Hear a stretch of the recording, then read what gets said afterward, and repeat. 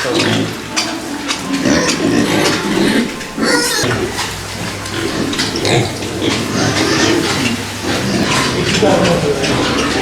इस एरिए में सूरां में तू जाण की समस्या आ रही है तो बहुत वड्डे पद्धर ते आ रही है। सो इस समस्या का नाल काफ़ी जिहड़े आर्थिक नुकसान जिहड़े आ फार्मर उन्होंने हो रहा है। सिर्फ अगर फाजिलका डिस्ट्रिक्ट की कैलकुलेशन लाइए तो 20-25 लाख रुपए के नुकसान फाजिलका डिस्ट्रिक्ट कला झल चुके हैं।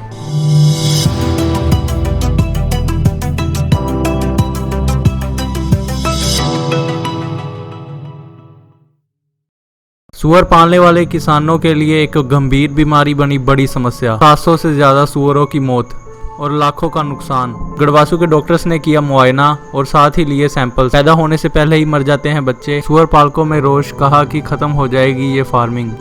किसानों का कहना कि गढ़वासू में खास बनी पिगरी सोसाइटी नहीं कर रही उनकी मदद। ऐसी ही न्यूज़ के लिए और अपडेट्स के लिए हमारे चैनल को सब्सक्राइब करें और साथ ही दबाएं बेल आइकन ताकि हर वीडियो मिले आपको सबसे पहले। एक्चुअली पिछले काफ़ी समय तो जिहड़ा फाजिलका डिस्ट्रिक्ट के सानू प्रॉब्लम्स आ रही साडियां जिहड़ियां सूरी ਦੀਆਂ साउथ ਦੀਆਂ ਫੈਰਿੰਗਸ हो रही उन्होंने जो अबॉर्शन के प्रॉब्लम बहुत ज़्यादा आ रहे हैं। जे फैरिंग हो भी रही है तो बच्चे मरे हुए पैदा होंगे है।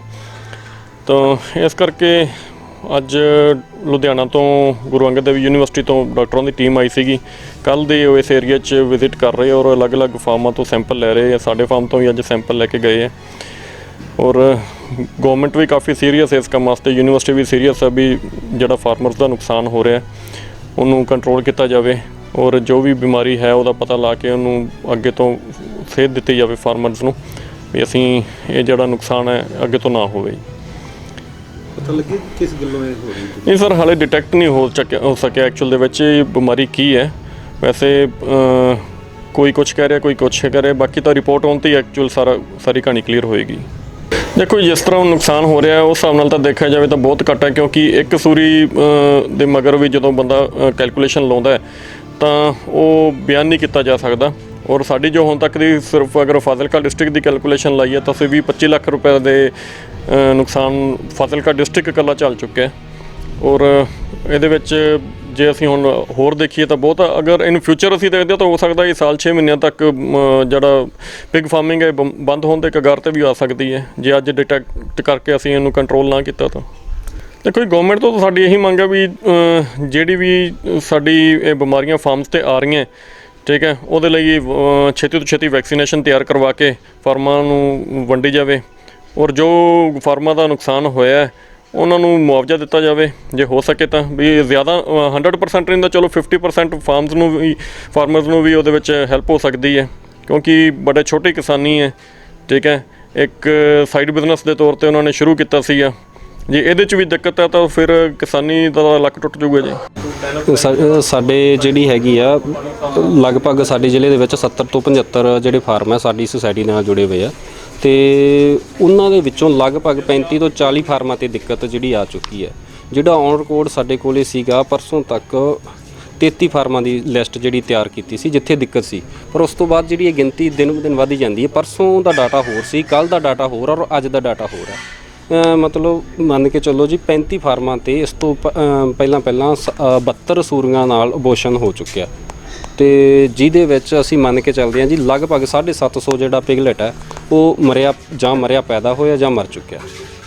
कारण पता लगे नहीं कारण जी हुण डॉक्टर साहब आए ने जी, कल परसों भी असीं इन्हां नूं मिले, कल भी सारा इन्हां दिन इन्हां दे नाल ही लाया तो हुण की सिट्टा कढ़ के दिंदे, कल भी सैंपल होया जी, अज भी सैंपल लै रहे हैं।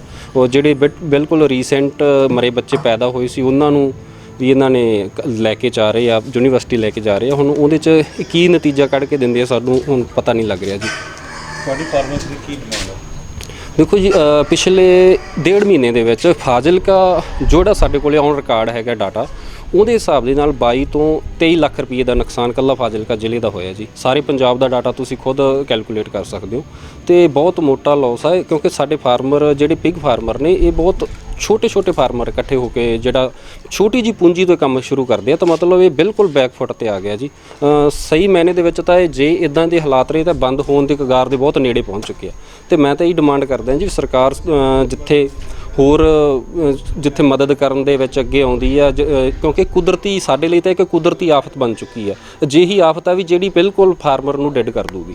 ਤਾਂ ਅਸੀਂ ਤਾਂ ਇਹੀ ਕਰਦੇ ਹਾਂ ਜੀ, ਜਿਹੜੀ ਕੁਦਰਤੀ ਆਫਤ ਨਾਲ ਸਾਡੀ ਸਾਥ ਦੇ ਕੇ ਸਰਕਾਰ ਨਜਿੱਠੇ ਤੇ ਸਾਨੂੰ ਕੁਛ ਨਾ ਕੁਛ ਫਾਰਮਰਾਂ ਨੂੰ ਜਿਹੜਾ 25 ਲੱਖ ਦਾ ਨੁਕਸਾਨ ਹੋਇਆ ਕੁਛ ਨਾ ਕੁਛ ਭਰਪਾਈ ਕਰਨ ਦੀ ਕੋਸ਼ਿਸ਼ ਕਰੇ ਸਰਕਾਰ। ਜਿਹੜੀ ਫਾਰਮਰਾਂ ਦੀ ਲਿਸਟ ਤਿਆਰ ਕਰਕੇ ਉਹਨਾਂ ਨੂੰ ਮੁਆਵਜ਼ਾ ਦੇਵੇ।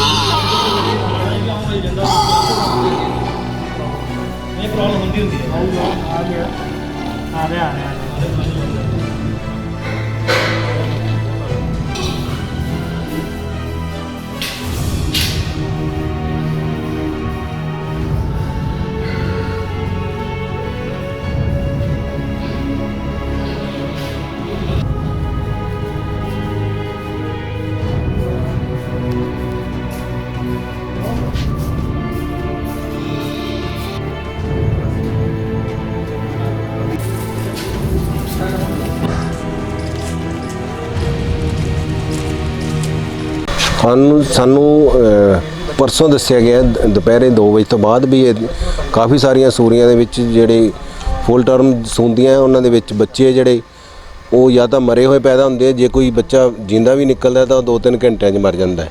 ਇਹ ਮੇਰੇ ਨੋਟਿਸ 'ਚ ਇਹ ਗੱਲ ਪਰਸੋਂ ਹੀ 2-3 ਵਜੇ ਉਦੋਂ ਹੀ ਮੈਂ ਹਾਇਰ ਅਥਾਰਟੀਜ਼ ਨੂੰ ਸਾਡੇ RDDL regional disease diagnostic lab ਜਿਹੜੀ ਜਲੰਧਰ ਹੈ ਮੈਂ ਉੱਥੇ ਫ਼ੋਨ ਕੀਤਾ। ਉਹਨਾਂ ਨੇ ਕਿਹਾ ਕਿ ਤੁਸੀਂ ਸੈਂਪਲ ਲੈ ਕੇ ਸਾਨੂੰ ਭੇਜੋ ਨਾਲ ਦੀ ਨਾਲ। ਅਸੀਂ ਫਿਰ ਕੱਲ੍ਹ ਸੈਂਪਲ ਲਏ ਸਾਰੇ ਅਤੇ ਉੱਥੇ ਭੇਜੇ।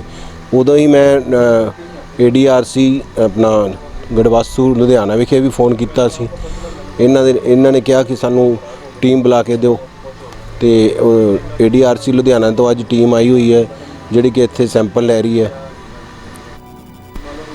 ਕਿੰਨੇ ਕੁ ਫਾਰਮ ਨੇ ਔਰ ਕਿੰਨੇ ਕੁ ਜਿਹੜੇ ਬੱਚੇ ਜਿਹੜੇ ਮ੍ਰਿਤ ਪਾਏ?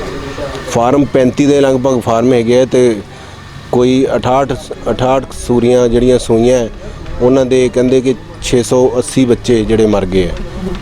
ਕਾਰਨ ਪਤਾ ਲੱਗ ਪਾਏ ਨੇ? ਕਾਰਨ ਜਿਹੜਾ ਇਹ ਹਲੇ ਸਾਡੇ ਨੋਟਿਸ ਦੇ ਵਿੱਚ ਪਰਸੋਂ ਹੀ ਲਿਆਂਦਾ ਗਿਆ ਅਤੇ ਅਸੀਂ ਉਦੋਂ ਦੇ ਹੀ ਇਸ ਨੂੰ ਠੀਕ ਮਤਲਬ ਕਿਸੇ ਸਿੱਟੇ 'ਤੇ ਪਹੁੰਚਣ ਵਾਸਤੇ ਇਹਨੂੰ ਪੂਰੀ ਜਦੋਜਹਿਦ ਕਰ ਰਹੇ ਹਾਂ। ਜਿਵੇਂ ਹੀ ਕਿਸੇ ਕਾਰਨ ਦਾ ਪਤਾ ਲੱਗਦਾ ਹੈ ਅਸੀਂ ਇਹਨਾਂ ਨੂੰ ਨਾਲ ਦੀ ਨਾਲ ਉਸੇ ਤਰ੍ਹਾਂ ਦੀ ਦਵਾਈ ਦਾਰੂ ਦਿਲਵਾਵਾਂਗੇ। ਜਿਹੜੇ ਫਾਰਮਰਸ ਨੇ ਇਹਨਾਂ ਨੂੰ ਕੋਈ ਇਹਦਾ ਮੁਆਵਜ਼ਾ ਵੀ ਦਿੱਤਾ ਜਾਏਗਾ? ਇਸ ਦੇ ਮੁਆਵਜ਼ੇ ਬਾਰੇ ਮੈਂ ਕੁਝ ਨਹੀਂ ਕਹਿ ਸਕਦਾ ਜੀ, ਕਿਉਂਕਿ ਇਸ ਬਾਰੇ ਕੋਈ ਪ੍ਰੋਵੀਜ਼ਨ ਨਹੀਂ ਹੈ। ਇਹ ਜਿਵੇਂ ਸਾਨੂੰ ਇੱਥੋਂ ਡਿਪਟੀ ਡਾਇਰੈਕਟਰ ਪਸ਼ੂ ਪਾਲਣ ਵਿਭਾਗ ਦੇ ਡਾਕਟਰ ਗੋਇਲ ਸਾਹਿਬ ਨੇ ਸਾਨੂੰ ਕੱਲ੍ਹ ਮੇਰੀ ਫ਼ੋਨ 'ਤੇ ਉਹਨਾਂ ਨਾਲ ਗੱਲ ਹੋਈ ਸੀ ਕਿ ਇਸ ਏਰੀਏ ਵਿੱਚ ਸੂਰਾਂ ਵਿੱਚ ਤੂ ਜਾਣ ਦੀ ਸਮੱਸਿਆ ਆ ਰਹੀ ਹੈ ਅਤੇ ਬਹੁਤ ਵੱਡੇ ਪੱਧਰ 'ਤੇ ਆ ਰਹੀ ਹੈ। ਸੋ ਇਸ ਸਮੱਸਿਆ ਦਾ ਨਾਲ ਕਾਫੀ ਜਿਹੜੇ ਆਰਥਿਕ ਨੁਕਸਾਨ ਜਿਹੜੇ ਆ ਫਾਰਮਰ ਉਹਨਾਂ ਨੂੰ ਹੋ ਰਿਹਾ ਹੈ। ਤਾਂ ਉਹਦੇ ਤੋਂ ਨਿਜਾਤ ਦਿਵਾਉਣ ਲਈ ਇਹਨਾਂ ਸਾਡੇ ਨਾਲ ਸੰਪਰਕ ਕੀਤਾ ਸੀ। ਤਾਂ ਜਿਵੇਂ ਅਸੀਂ ਆ ਕੇ ਇੱਥੇ ਦੇਖਿਆ ਇਸ ਫਾਰਮ 'ਤੇ ਇੱਥੇ ਵੀ 1-2 ਅਬੋਰਸ਼ਨ ਹੋਏ ਨੇ, ਹੋਰ ਕੁਛ ਫਾਰਮ ਨੇ ਉਹਨਾਂ 'ਤੇ ਵੇਖ ਰਹੇ ਹਾਂ। ਜਿਵੇਂ ਕਿ ਇਹਦੇ ਕਾਰਨ ਕਈ ਕਾਰਨ ਹੋ ਸਕਦੇ ਆ, ਕਈ ਛੂਤ ਦੇ ਕਾਰਨ ਹੋ ਸਕਦੇ ਹਨ, ਕਈ ਤਰ੍ਹਾਂ ਦੀਆਂ ਬਿਮਾਰੀਆਂ ਨੇ। ਤਾਂ ਉਹਦੇ ਲਈ ਸੈਂਪਲ ਅਸੀਂ ਲੈ ਲਏ ਨੇ। ਹੁਣ ਇਹਨਾਂ ਦੇ ਖੂਨ ਦੇ ਨਮੂਨੇ ਲਏ ਨੇ, ਖੂਨ ਦਾ ਪਾਣੀ ਸੀਰਮ ਦੇ ਨਮੂਨੇ ਲਏ ਨੇ, ਪਸ਼ੂ ਦੇ ਜਣਨ ਅੰਗਾਂ ਵਿੱਚੋਂ ਉਹਦੇ ਨਾਸਾਂ ਵਿੱਚੋਂ ਸਵੈਬ ਵੀ ਲਏ ਨੇ। ਤਾਂ ਇਹਨਾਂ ਸਾਰਿਆਂ ਦੀ ਪ੍ਰਯੋਗਸ਼ਾਲਾ ਵਿੱਚ ਜਾਂਚ ਕੀਤੀ ਜਾਵੇਗੀ। ਉਸ ਤੋਂ ਬਾਅਦ ਜੋ ਵੀ ਰਿਪੋਰਟ ਹੋਊਗੀ ਪਸ਼ੂ ਪਾਲਣ ਵਿਭਾਗ ਨਾਲ ਅਤੇ ਕੰਸਰਨਡ ਫਾਰਮਰ ਨਾਲ ਵੀ ਸਾਂਝੀ ਕੀਤੀ ਜਾਊਗੀ।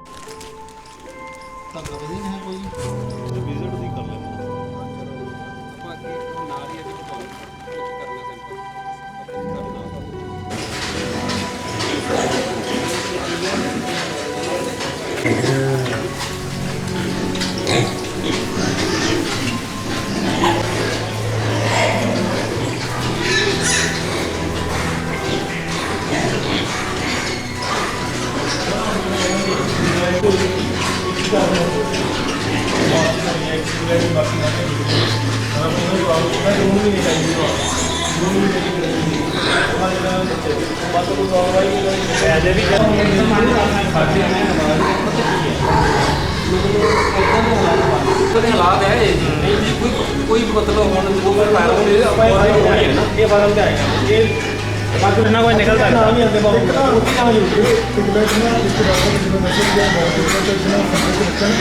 ਉਹ ਸਾਨੂੰ ਕਿ ਜਿੰਦਰ ਮੈਂ ਗੱਲ ਕੀਤਾ ਫੋਟੋ ਆਈਟੀ